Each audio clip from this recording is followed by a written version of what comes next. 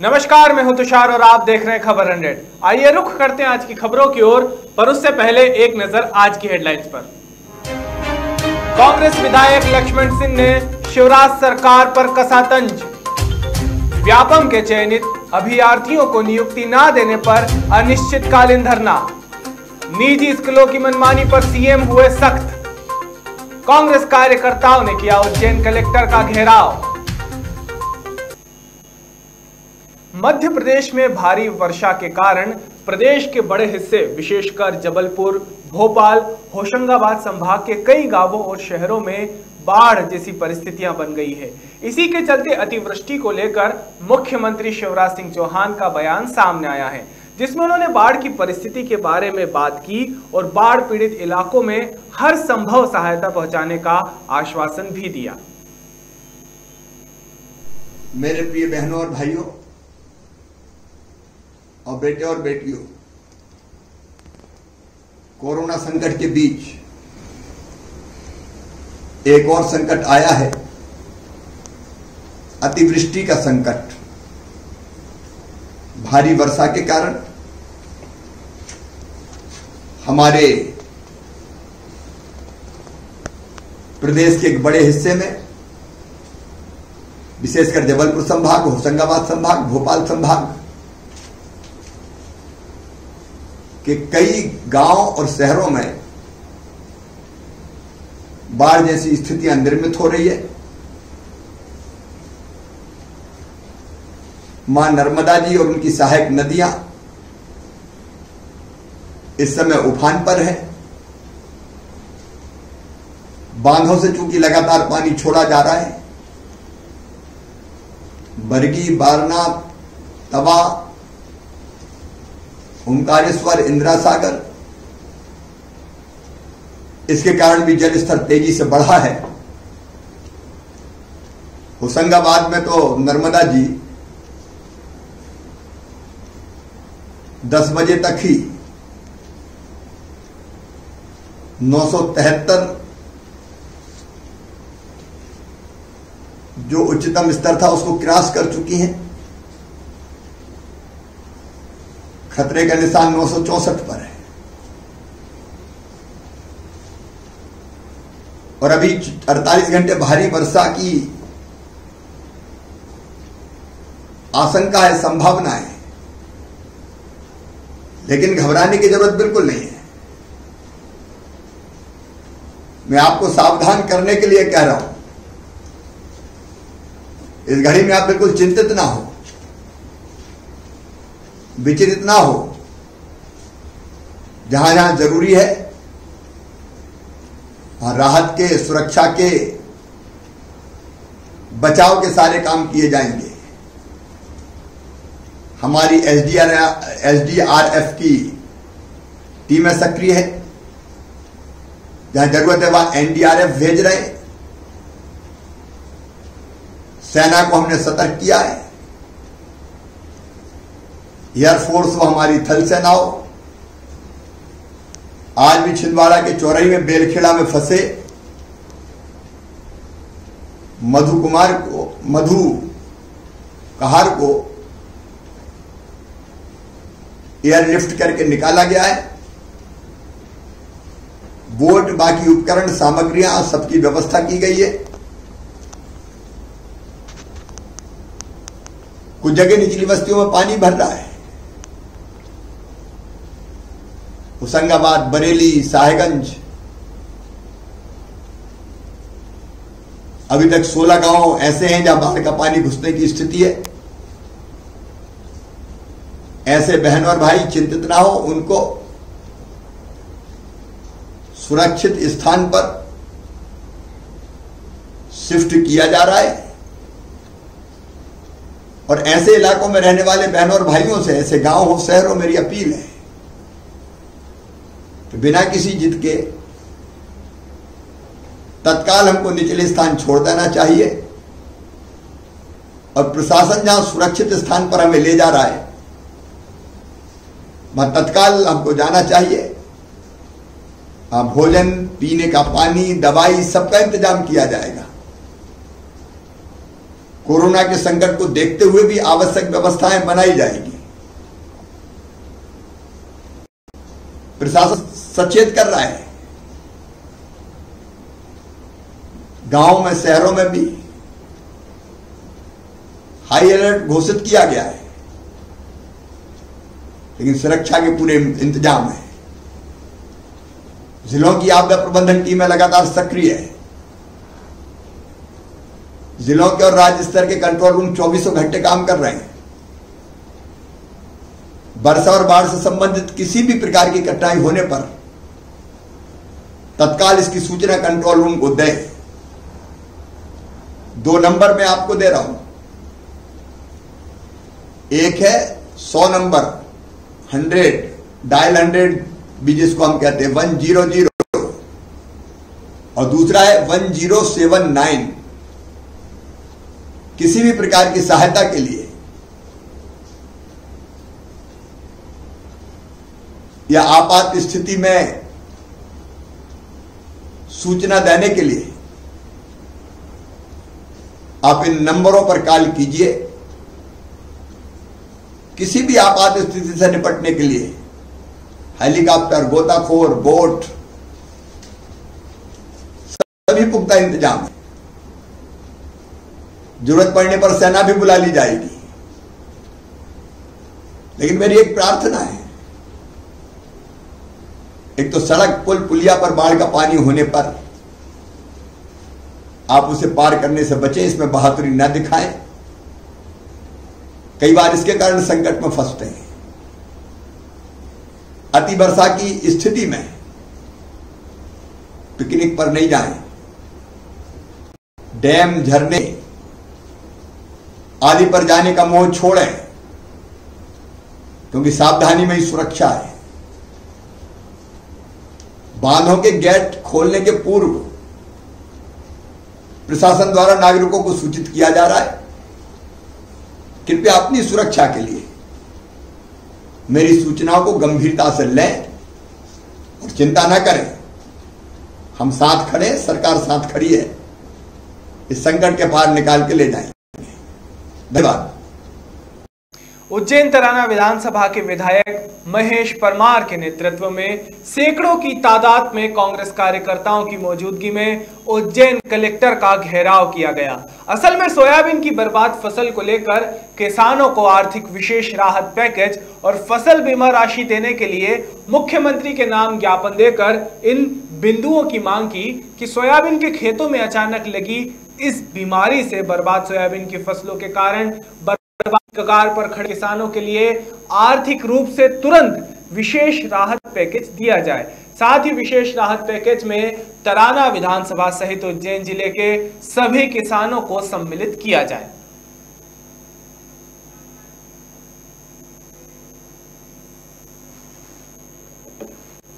Basically इनकी जो मांग है कि सोयाबीन की फसल जो है उसमें काफ़ी क्षति हुआ है, और इसके लिए आज कलेक्टर साहब अपने पूरे दल बल के साथ तराना विजिट पे हैं। इसके अलावा उन्होंने और अन्य तहसीलों का भी भ्रमण किया है, और इसके अलावा जो प्रधानमंत्री फसल बीमा योजना की जो लास्ट डेट था वो अभी 31 अगस्त कर दिया गया है, और चूंकि अभी 3 दिन बाकी है, लेकिन संडे को हमारे यहाँ लॉकडाउन होने से हम इसमें विशेष छूट दे रहे हैं कि सभी बैंक जो वहाँ पे सिचुएटेड है वे सभी अपने वर्किंग आवर्स में खुली रहेंगी, जिससे कि फसल बीमा योजना में कोई भी किसान जो है वो पंजीकृत होने से वंचित ना रह जाए। पूरी तरह सोयाबीन की फसल बर्बाद हो चुकी है। हम उज्जैन कलेक्टर के माध्यम से मुख्यमंत्री शिवराज सिंह चौहान जी को यह हमारी मांग रखने आए थे कि तत्काल किसानों को मुआवजा, विशेष राहत पैकेज और जो प्रधानमंत्री फसल बीमा का लाभ उन्हें दिया जाए। पिछले 8 दिन से लगातार 3 बार हमने उज्जैन कलेक्टर से बात की। उसके बात करने के बाद भी इनके कानों में जूं तक नहीं रहेंगी, ये लोग ध्यान नहीं दे रहे थे। लेकिन आज पूरे जिले से और उज्जैन तराना से हमारे से हजारों की संख्या में किसान साथी आज यहाँ आए, तो कलेक्टर जब उनके जागे और गांव-गांव में उन्होंने आदेश किया और सर्वे करने लगे, तो हम कलेक्टर साहब से यही कहना चाहते हैं कि भारतीय जनता पार्टी के गुलाम के रूप में काम नहीं करें, किसानों की बात सुने। और पूर्व मुख्यमंत्री शिवराज सिंह चौहान जब पूर्व मुख्यमंत्री थे, वर्तमान में मुख्यमंत्री है, उन्होंने कहा था कि अगर मैं मुख्यमंत्री होता तो 40,000 रुपये प्रति कलेक्टर किसानों को देता तो आज वो मुख्यमंत्री है। कमलनाथ जी ने तो पिछले बार अतिवृष्टि हुई थी, बिना सर्वे के मुआवजा दिया था, वही बात हम रखने आए थे। अगर हमारी बातें नहीं सुनी जाती 7 दिन के बाद हम बड़ा आंदोलन करेंगे, आर पार की लड़ाई लड़ेंगे। आज दुख की घड़ी में किसान भाई कोरोना के नाम पर हर समय किसानों को लूटा जा रहा है। आज तक गेहूं के पैसे नहीं मिले, बिजली के 100 रुपए के बिल आते तो 2-2 हज़ार 3-3 हज़ार रुपए आ रहे हैं। तो इन सब बातों को लेकर हमने आज ज्ञापन दिया है और आगे लड़ाई हमारी जारी रहेगी। देख लो, आप देखो ना, पीछे आपने देखो ना, नेता ने किसान, आप देखो ना, पूछिए हमारे पास, पूछिए, देख लो आप। माधवनगर में मरे हैं, क्या कहना चाहेंगे? यही तो मैंने बोला, यही तो भारतीय जनता पार्टी की गुलामी कर रहे हैं। कलेक्टर उज्जैन दोषी है इसमें, और यहाँ के CMHO, CMO, सिविल सर्जन जितने भी अधिकारी हैं उनके ऊपर कार्रवाई होनी चाहिए। हम मुख्यमंत्री से मांग करते हैं। 3 लोगों की जान की कीमत उनके सामने कुछ भी नहीं है। ये तो सिर्फ मध्य प्रदेश के मंत्रियों की और इसकी गुलामी करने में लगे हैं, उनकी चाटुकारिता करने में लगे हैं। मैं उज्जैन की भोली भाली जनता से आह्वान करना चाहता हूँ कि इन लोगों के खिलाफ हजारों की संख्या में आए। सभी नियम कोरोना के जनता के लिए, किसानों के लिए, इनके लिए कुछ भी नहीं। ये लोग, आज आपने देखा 3-3 लोगों की जान चली जाती है। आप जागरूक मीडिया को मैं धन्यवाद बताऊं कि आपके माध्यम से बात बाहर आई। उज्जैन कलेक्टर साहब सुन लें, अगर इस तरह उज्जैन के लोगों की जाने जाएगी तो हम चुप नहीं बैठेंगे, ईंट का जवाब पत्थर से देंगे और बड़ा उग्र आंदोलन करेंगे। इसका खामियाजा इन लोगों को भुगतना पड़ेगा। लेकिन मैं फिर कहना चाहता हूं उज्जैन के जागरूक जनता जनार्दन से कि आप लोग आगे आएँ। आप लोग इन 3 लोगों की जान का बदला इनसे ले, ये दोषी हैं, इनके ऊपर FIR होना चाहिए, इनके ऊपर कार्रवाई होना चाहिए। कुछ लोग कमजोर होते हैं, किसी की क्षमता ज़्यादा होती है, तो 3 लोग की मृत्यु के लिए इनके कोई मायने नहीं है। सबसे भ्रष्ट और चोर CMHO खंडेलवाल, पहले भी उनके ऊपर लोकायुक्त की जांच से लेकर सब कुछ चला। उज्जैन कलेक्टर साहब की सेवा वो करते हैं, 3-3 लोगों की मौतें हो जाती, आपने देखा। यहाँ के जिम्मेदार जनप्रतिनिधि, मैं तो भाजपा के सभी हमारे साथियों से कहना चाहता हूँ, जो सेकंड पंक्ति के लोग, आप भी बाहर आइए। ये महामारी कहीं आपको भी चपेट सकती है। भारतीय जनता पार्टी के विधायक प्रतिनिधि कह रहे हैं कि ऑक्सीजन के कारण मौत हुई है। इससे बड़ी शर्म की बात उज्जैन कलेक्टर और उज्जैन स्वास्थ्य विभाग के लिए क्या हो सकती है और मुख्यमंत्री के लिए क्या हो सकती है? बड़ी दुख दर्द की बात है, बड़ी निंदनीय बात है। महेश परमार जी के नेतृत्व में ये किसानों को लेकर और बिजली के बिलों को लेकर किया गया। किसानों की फसल जो पीली हो गई, जिसका मुआवजा नहीं मिल रहा है, बीमा नहीं मिल रहा है, और इसी के साथ जो बिल 100 रुपये के बिल आते थे कांग्रेस सरकार में और अन्य बिल कम आते थे, लेकिन जिनकी तनख्वाह 10,000 रुपये, उनको बिजली का बिल 15,000 है। जो मजदूर 150 रुपये कमाता, जो महीने में 3,000 कमाता, उसके यहाँ बिल 7,500 रुपये का। इसको लेकर महेश परमार जी के नेतृत्व में बिजली बिल को लेकर और कृषि को लेकर आज ज्ञापन दिया गया। और मैं शिवराज जी से मांग करता हूँ कि जिस तरीके से आप विधायक खरीदने में पैसा लगा रहे, इससे किसान और मजदूरों के लिए पैसा लगाएं, और आप सरकार में बैठे, आप इसका ध्यान दें। पंजिंग कहाँ हो रहा है? आम लोगों का पंजिंग होता तो हम यहाँ क्यों आते? कलेक्टर साहब को महेश परमार जी ने 4-5 बार फोन किया, 4-5 दिन से कांटेक्ट कर रहे हैं, कहाँ सर्वे किया उन्होंने? उज्जैन से गुर्जर की रिपोर्ट। कोरोना महामारी के चलते लंबे समय से लॉकडाउन बना हुआ था। स्कूल खुलने पर पाबंदी लगी हुई है। वहीं अभिभावक स्कूल न खुलने पर स्कूल की फीस माफ करने की मांग कर रहे हैं, और वहीं कुछ स्कूल ऑनलाइन क्लासेस चलाकर फीस वसूली के लिए अभिभावकों पर दबाव बना रहे हैं, जिसे काफी परेशान होकर इसी के चलते मध्य प्रदेश के मुख्यमंत्री ने कहा कि इस तरह से निजी स्कूलों की मनमानी अब नहीं चलेगी। वीडियो कॉन्फ्रेंसिंग के जरिए मुख्यमंत्री शिवराज ने वरिष्ठ अफसरों को एक्शन लेने के निर्देश दिए हैं। भोपाल से दीपक सिंह की रिपोर्ट। मध्य प्रदेश में व्यापम के आयोजित शिक्षक पात्रता परीक्षक वर्ग 1 और 2 के चयनित अभ्यर्थियों को नियुक्ति न देने के चलते आपकी आवाज, जो कि एक सामाजिक संगठन है, उसने अनिश्चितकालीन धरना शुरू किया है। इस धरने को लेकर राष्ट्रीय प्रवक्ता और प्रदेश अध्यक्ष नारायण बांदेल ने कहा कि सरकार हजारों छात्र छात्राओं के भविष्य को लेकर इतनी चिंतित दिखाई देती जितनी चिंतित सरकार गिराने और सरकार को उठाने में विधानसभा चुनावों के लिए तैयार दिखाई देती है। वहीं राष्ट्रीय मीडिया प्रभारी अमित गुप्ता ने कहा कि जब तक सरकार शिक्षकों की नियुक्ति के लिए आवश्यक कार्यवाही शुरू नहीं करती है, तब तक यह धरना इसी तरह से जारी रहेगा।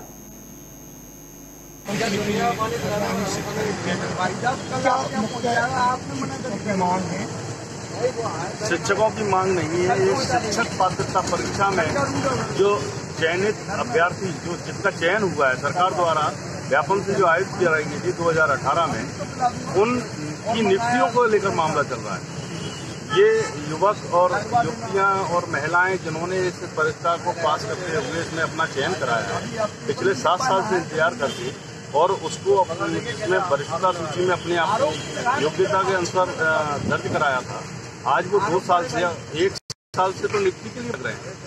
पिछली सरकार के समय भी उनकी नियुक्ति को प्रक्रिया को बहुत धीमी रखा गया और अब तो बिल्कुल ही बंद कर दिया गया। कोरोना का नाम लेते हुए ये सरकार ने इस प्रक्रिया को बंद कर दिया, जबकि उनके राजनीतिक पूरे समीकरण, पूरे आंदोलन, पूरी व्यवस्थाएं उसी तरह सुचारू रूप से चालू है। लेकिन जनहित के मुद्दे पर, शिक्षा जैसे मुद्दे पर उन्होंने कोरोना का ग्रहण लगा रखा है, जिसके चलते इन शिक्षकों की मानसिक हालत जो पहले से ही खराब थी अब काफ़ी खराब हो चुकी है, क्योंकि ये आर्थिक स्थिति से भी खराब है। इनके पास कोई रोजगार नहीं है, इनके पास कुछ और चीज़ ही नहीं है जिससे ये अपनी आजीविका को चला सकें। तो ऐसे लोग इन लोगों की नियुक्ति को लेकर ही आपकी आवाज़ सामाजिक चिंतन के माध्यम से हम सरकार से अपील करना चाह रहे हैं कि भाई सरकार कैसे भी इनको नियुक्ति तो दे, इनकी पदस्थापना करे, इनको काम पे लगाए, जिससे इनकी जो चयन प्रक्रिया है, जो इनको चयन हुआ है वो सार्थक हो सके। इतनी 7 साल मेहनत और इतना इंतजार, इतनी लगन से इन्होंने किया है, तो सरकार को सोचना चाहिए। कब तक ये अनिश्चितकालीन धरना चलेगा? ये अनिश्चितकालीन धरना जब तक सरकार नहीं जागेगी तब तक चलेगा। जब तक सरकार इस प्रक्रिया को चालू नहीं करेगी, सुचारू नहीं करेगी, तब तक चलेगा। हम इसको भूख हड़ताल, अनशन सभी तरह से चलाने की कोशिश करेंगे जब तक सरकार इनके पक्ष में इनकी नियुक्ति को लेकर कोई विशेष आदेश या विशेष कार्यक्रम जारी नहीं करता। ग्वालियर से ओमपाल कौरव की रिपोर्ट। शिवराज सिंह ने किसानों के खाते में 6 सितंबर तक फसल बीमा के पैसे ट्रांसफर करने की घोषणा कर कांग्रेस विधायक लक्ष्मण सिंह ने शिवराज सरकार पर तंज कसा है। भोपाल में उन्होंने कहा कि प्रदेश में अतिवृष्टि से सोयाबीन की फसल अधिकतर जगह खराब हो रही है। मेरे क्षेत्र में भी सोयाबीन की फसल में इल्लियां लग गई है। शिवराज सिंह को कांग्रेस सरकार के समय का वचन याद दिलाते हुए उन्होंने कहा कि वे जब विपक्ष में थे तो उन्होंने प्रति हेक्टेयर 45,000 रुपए मुआवजे की मांग की थी। शिवराज जी किसानों का दर्द समझते हैं, तो जिन किसानों की फसल में इल्लियां लग गई है या बारिश से खराब हो गई है, उन्हें मुआवजा दें। बहुत बड़ा मुद्दा बन जाएगा। तो मध्य प्रदेश में अयोध्या का राम मंदिर कितना बड़ा बीजेपी के लिए बेनिफिट हो सकता है? भाई राम मंदिर बन रहा है, अब हम लोग दूसरी बात करें। राम मंदिर तो बन रहा है, ठीक है, उसमें कांग्रेस को भी कोई आपत्ति नहीं है, वहाँ के मुसलमानों को आपत्ति नहीं, किसी को आपत्ति नहीं, कोर्ट का फैसला है, बनाइए। लेकिन इसके अलावा भी बहुत सारी बातें हैं। हम जब ये भाजपा सरकार जब घिरने लगती है तो राम जी, बाकी टाइम है ठीक है चल रहा है। जब ये राम जी की बात करें तो समझो कहीं ना कहीं गिर रहे हैं। बेरोजगारी, किस तरह बेरोजगारी बढ़ी है। कोरोना की वजह से जो हमारे मध्य प्रदेश के बेरोजगार वहाँ दूसरे प्रदेशों में काम कर रहे थे, सब नौकरी छोड़ के अपने घर में बैठे हैं। आपने कहा है कि आप नौकरी देंगे, इनको दीजिए, कब तक देंगे, शुरू करिए आप। कांग्रेस ने भी कहा था कि मध्य प्रदेश के लोगों को मध्य प्रदेश में नौकरी देंगे, आपने कहा अच्छी बात, तो उसकी रूपरेखा बनाइए, कब से शुरू करेंगे। अतिथि शिक्षकों का मामला, अतिथि शिक्षकों के लिए सिंधिया जी मैदान में उतरे थे, तो अभी भी अतिथि शिक्षक उसी स्थिति में है, तो आप उतरिए मैदान में। जिनके लिए आप मैदान में उतरे थे उनके लिए कुछ करिए, कुछ नहीं हो रहा है, बहुत जोर से पनपा है।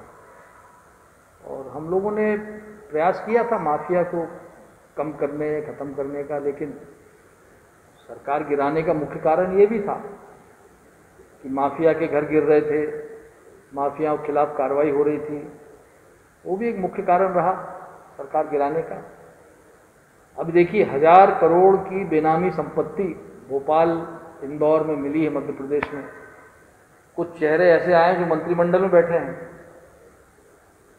चेहरे आए सामने,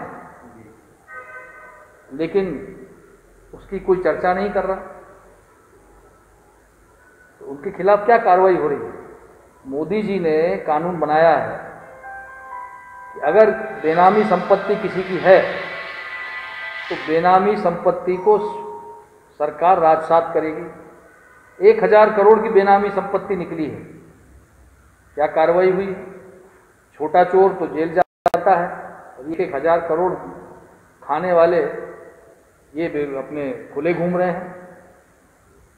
जो दतिया में जो सोनागिरी का मंदिर है, वहाँ के पुजारी के नाम 25 करोड़ की जमीन निकली, पुजारी को पता ही नहीं। पुजारी कह रहे हैं मुझे तो पता ही नहीं है, उनके नाम 25 करोड़ की संपत्ति। तो ये कौन लोग हैं? किसी भी दल के हों, आप पकड़िए, जेल में डालिए। अभी के लिए केवल इतना ही, लेकिन ताजा खबरों के लिए देखते रहिए खबर 100, जनता की बुलंद आवाज।